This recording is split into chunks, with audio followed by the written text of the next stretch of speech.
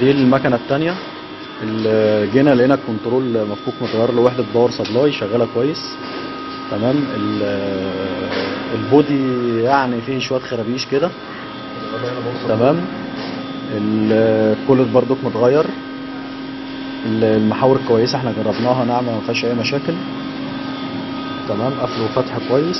السلندر بتاعنا الجديد مفيش فيه اي تعديل شغال كويس. بالنسبه دي الخبطه اللي هو وش الكهرباء بتاع الموتور. تمام.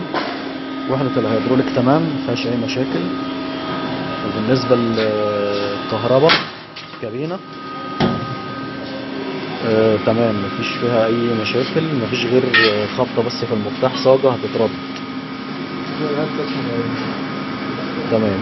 دي ما فيهاش اي مشاكل زي التانية يعني مشاكلها قليلة. لا دي عادي شوية ريلهات مش مشكلة عادي. انا شايف ان دي كويسة المكنة دي احسن. مفيهاش بس غير وش الكهرباء والدنيا تمام فيها شوية الخرابيش اللي فيها بس.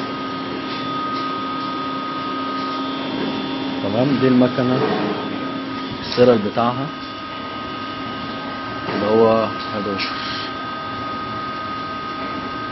مش ظاهر.